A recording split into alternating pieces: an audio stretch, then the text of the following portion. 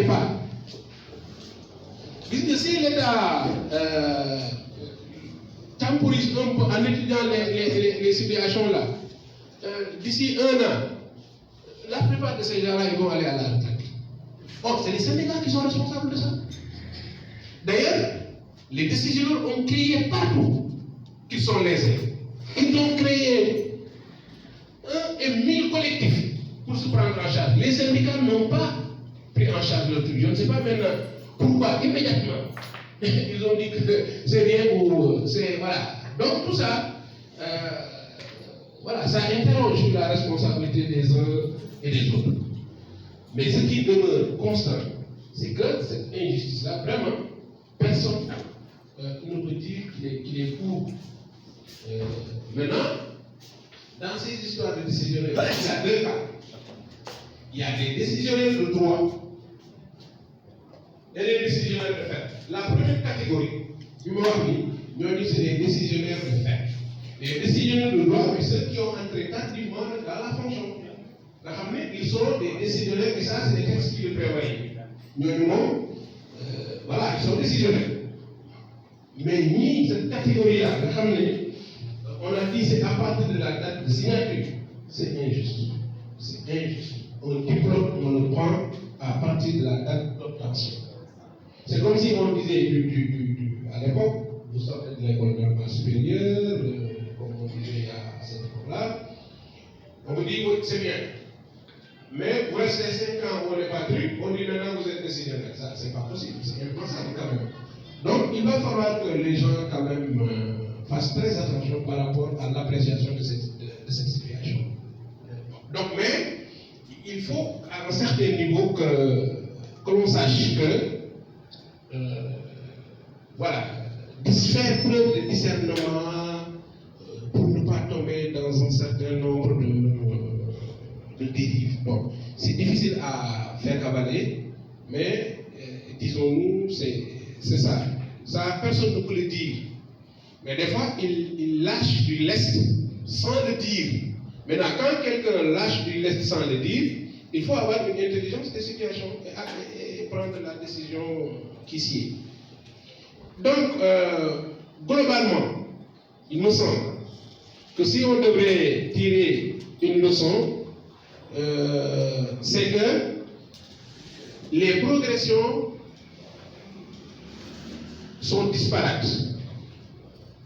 Parce que dans les collèges, il y en a qui ont observé le mouvement de grève, alors que d'autres n'ont pas suivi ou poursuivi le mouvement de grève.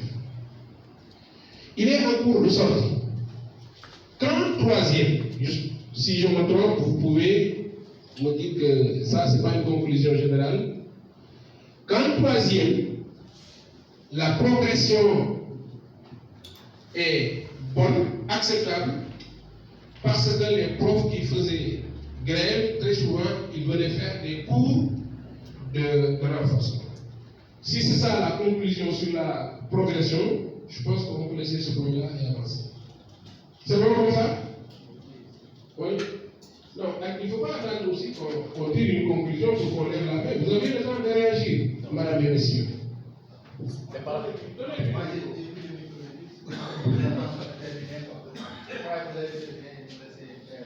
non, on ne peut pas aussi.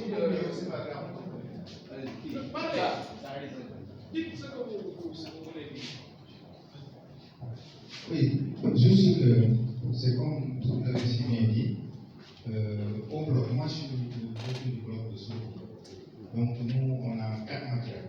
Donc, parmi les 4 matières, donc en sciences physiques, pratiquement, les professeurs sont sur les derniers chapitres.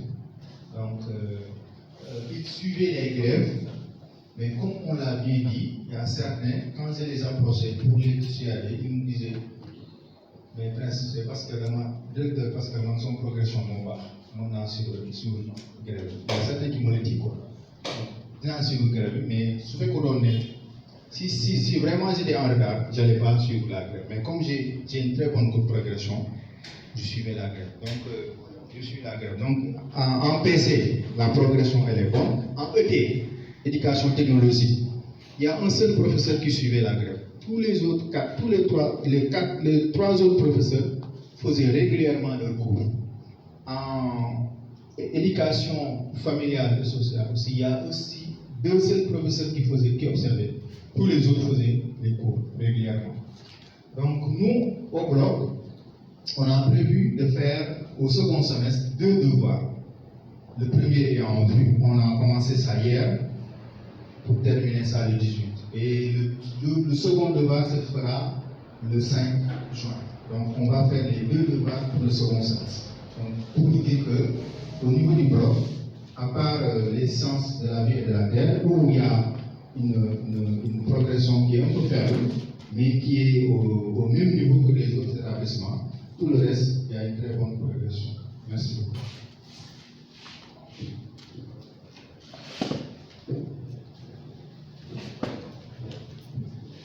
Bonjour, monsieur l'inspecteur. Oui. Bonjour, chers collègues, chers établissements. Alors, nous sommes sur la même longueur d'onde que ceux qui viennent de prendre la parole, à savoir qu'il y a 2 vitesses dans nos établissements aussi. Les professeurs qui font la grève et certains autres qui ne font pas la grève. Donc, ils sont à 80% de leur progression. Mais si vous avez compris la parole, c'est pour parler d'une matière qui est l'anglais chez nous. L'anglais. Notre professeur d'anglais est parti en congé de maternité depuis le mois de février. Et depuis lors, nos élèves étaient en train d'aider. Nous avons pu, avec le soutien de certains chefs d'établissement, comme M. Diara de Lémani et le professeur Séoué, qui s'est donné dans sa carte, avoir un professeur dans chaque établissement pour nous donner quelques classes. Mais il y avait aussi d'autres classes qui battaient. Et ce n'est que la semaine dernière que nous avons pu avoir, nous avons pu avoir 2 autres professeurs pour tenir les 4e et la 6e. Donc au niveau de l'anglais, nos élèves ont un niveau extrêmement faible. Et cela depuis bientôt 3 ans. Chaque année, j'interpelle M. Adil, chargé de l'enseignement moyen, par rapport à cela. Notre professeur d'anglais, par rapport au professeur d'anglais. Le professeur d'anglais que nous avons est malade. C'est un chargé de cours tiré du primaire, sans formation, comme nous avons avancé. Mais elle est malade. L'année dernière, elle est restée 3 mois sans faire cours. Et là aussi, nous avons fait de la gymnastique de gauche à droite pour avoir des professeurs pour nous tenir des classes. Donc, à notre niveau, au niveau du CM de Doumbou, le niveau en anglais est extrêmement bas. Donc, merci, c'est pourquoi j'ai pris la parole. Il y a quelqu'un là-bas qui avait levé la main, non? On termine avec lui.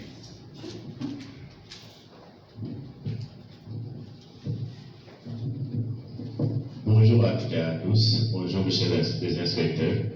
Alors, moi, je voudrais revenir par rapport à ce que l'inspecteur a dit dernièrement, c'est-à-dire une progression disparate. Cependant, on insiste beaucoup plus sur les classes d'examen que les autres classes. Or, pour moi, les petites classes-là, c'est là où le bras blesse. Parce que généralement, les professeurs ne mettent pas du tout l'accent sur la progression. Or, ils emporteront des lacunes dans les classes supérieures. Et je suis sûr et certain que tous les professeurs qui tiennent les classes d'examen, ils vont terminer le programme, quel que soit alpha. Chez nous, par exemple, les professeurs font cours les après-midi pour renforcer les élèves et au-delà aussi combler les retards qu'ils ont accusés. Mais ce qu'ils ne font pas, c'est que les petites classes, on a suivi les grèves. Maintenant, au retour des fêtes, après la grève, les gens ne viennent pas du tout pour essayer de combler les lacunes afin de terminer le programme, parce que le programme doit être maîtrisé. Et le programme qui n'est pas terminé ne doit être maîtrisé. Merci beaucoup. Alors, bon, pour les dernières interventions, ça va dans le sens de la conclusion que j'avais tirée, qu'il y a une évolution disparate. Voilà, il y a tout. Madame, par rapport à votre prof d'anglais, elle est maladive, comme vous dites. Voilà. Mais quand vous êtes en formation, les maîtres de l'élémentaire sont bien formés. En termes de pédagogie, dans les collèges, ils sont les meilleurs. Demandez aux élèves. Ce n'est même pas la même chose. Maintenant, quand elle est maladive, ça c'est autre chose. Quand elle est en congé de maternité, ça c'est autre chose. Parce qu'on a difficilement un autre professeur pour la remplacer. En moins que dans les collèges environnants, que l'on puisse s'arranger, trouver une solution pour la prise en charge. Mais quant à pouvoir enlever un professeur, à peu près, dans beaucoup de collèges, c'est un professeur d'anglais par collège. Au plus d'un. Et à peu près, ils ont le maximum. Donc, il sera très difficile de prendre un professeur de Amakodou, Makodou Ndiaye de seconde pour l'envoyer. En tout cas, d'après ce que nous avons constaté au niveau de... C'est ça. Maintenant, si le niveau était dur, parce que ceux qui sont recrutés comme chargés de cours, au moins ils avaient la licence. Hein? Certains ont le master. Au moins, c'était la licence. Donc, on peut supposer que ce n'est pas un problème de niveau. Maintenant, des problèmes de santé, des problèmes de grossesse. Parce que les parents, ils viennent dans mon bureau, ils me posent ces problèmes-là. Ils me posent, oui, c'est une femme, et vous savez, oui, elle était grosse l'année dernière, ou cette année encore. Et moi, je ne peux pas l'empêcher. Hein? Ce qu'elle faisait là pour être grosse, il ne peut rien. Et ça va encore arriver. Moi, je ne peux pas demander aux gens de ne pas faire ça, de ne pas faire ceci. Je ne peux que constater les dégâts. Et ça me dérange, moi. Et à chaque fois qu'on m'amène un congé de maternité assigné, je dis, est-ce que la concernée est là? On me dit, je l'appelle, je lui dis, bon, si on pouvait s'arranger pour que ça se passe pendant les vacances, je ne discute pas, je dis, bon, voilà. Si on pouvait s'arranger pour que ça se passe pendant les vacances, c'est encore mieux pour moi, parce qu'on ne peut pas me remplacer. Hein? Et il me semble même que le problème va devenir, je crois que beaucoup plus grave. Parce qu'il me semble, j'ai vu dans la presse, on a dit que Diomaye a accepté que ça soit 18 semaines ou des trucs comme ça. Hein? Ou bien? En tout cas, je ne sais pas si c'est vrai. Mais si c'est vrai, 18 semaines, c'est combien de mois?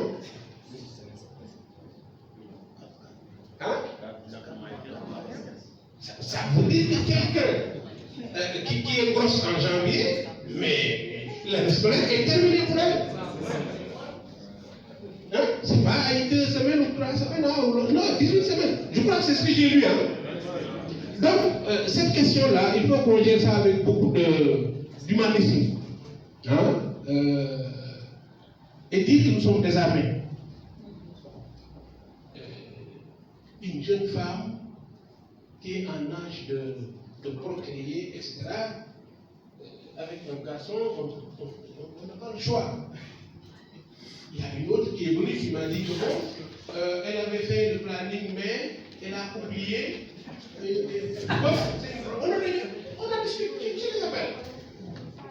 Elle était en tout temps couleur là, même la grossesse, elle était pas désolée de ça, parce qu'elle m'a dit qu'elle prenait des trucs, mais qu'elle a oublié de prendre, et pof!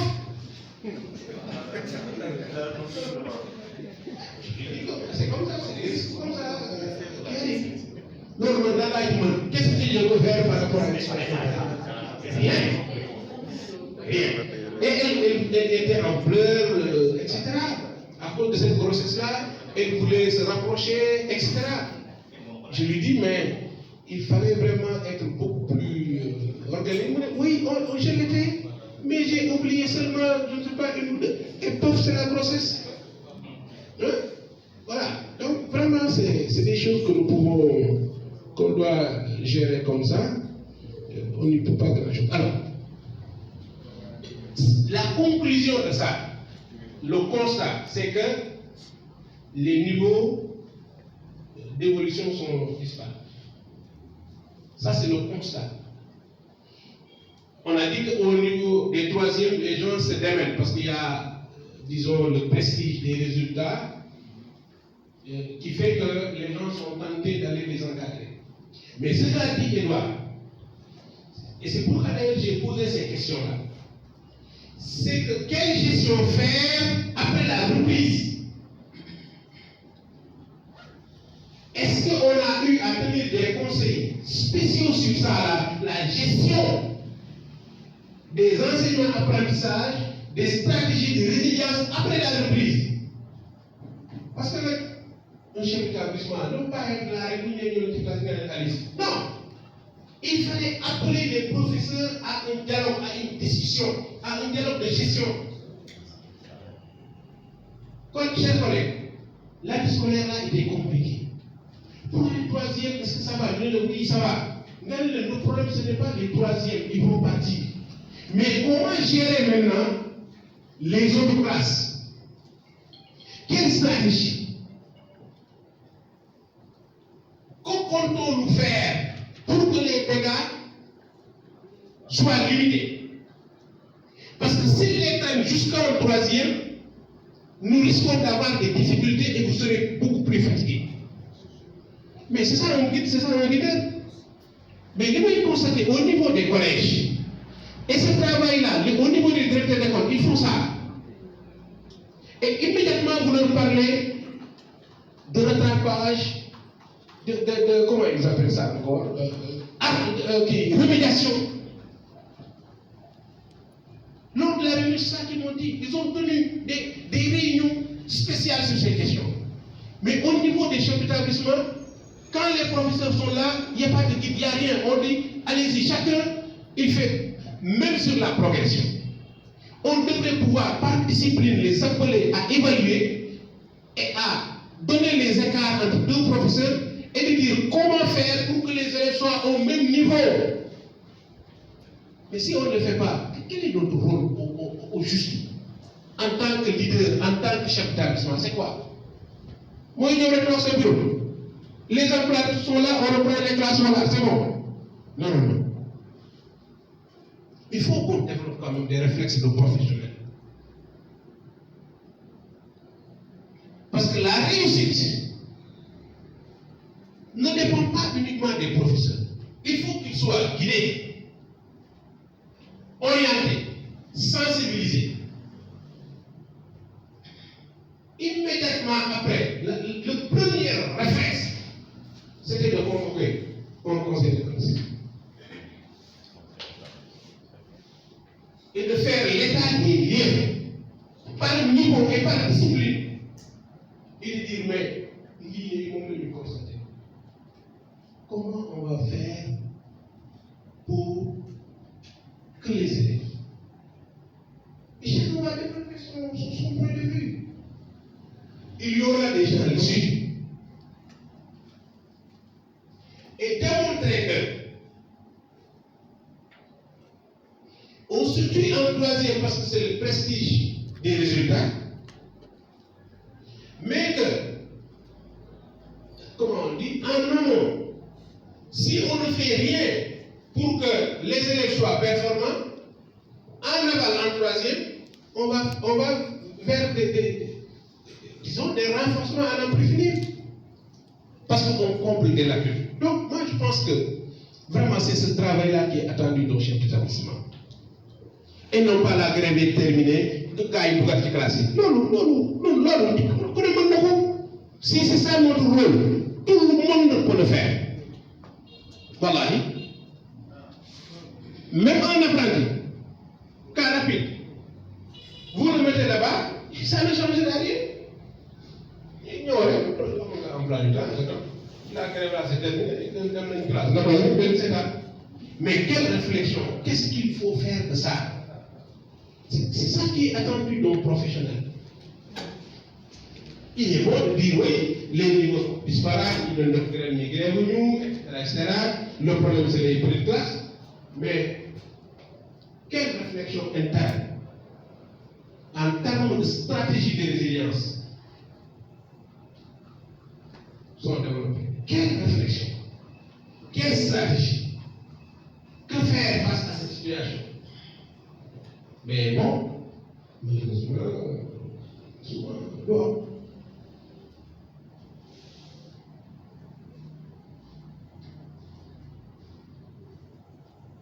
Pour la gestion des évaluations du premier semestre, il y avait une note de l'IA. Pour la note, je crois, on demandait de prendre les